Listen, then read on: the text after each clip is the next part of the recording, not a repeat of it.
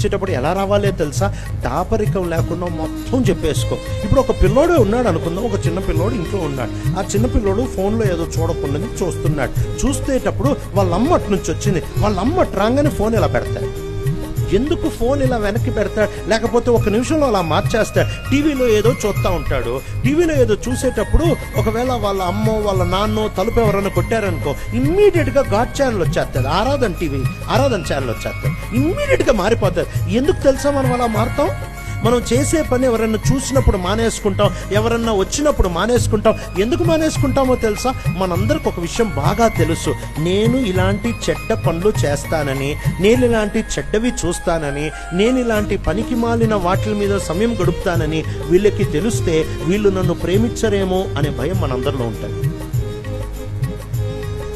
ఎందుకేదో చూసేటప్పుడు నా భార్య వచ్చినప్పుడు నేను మార్చేస్తా, ఎందుకేదో చూసేటప్పుడు మా అమ్మ వస్తే నేను మార్చేస్తా, ఎందుకేదో చూసేటప్పుడు నా భర్త వస్తే నేను మార్చేస్తాను అని అంటే వీళ్ళు నేను ఇది చూస్తానని తెలిస్తే నన్ను ప్రేమించరేమో.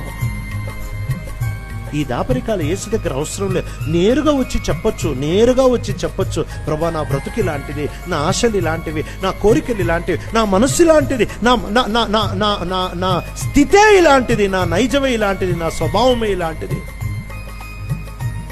ఆయన దగ్గర చెప్పుకోవచ్చు, స్వేచ్ఛగా గుండె ఇప్పి చెప్పుకోవచ్చు. ఎప్పుడు ఎవరితో చెప్పుకోలేదేమో.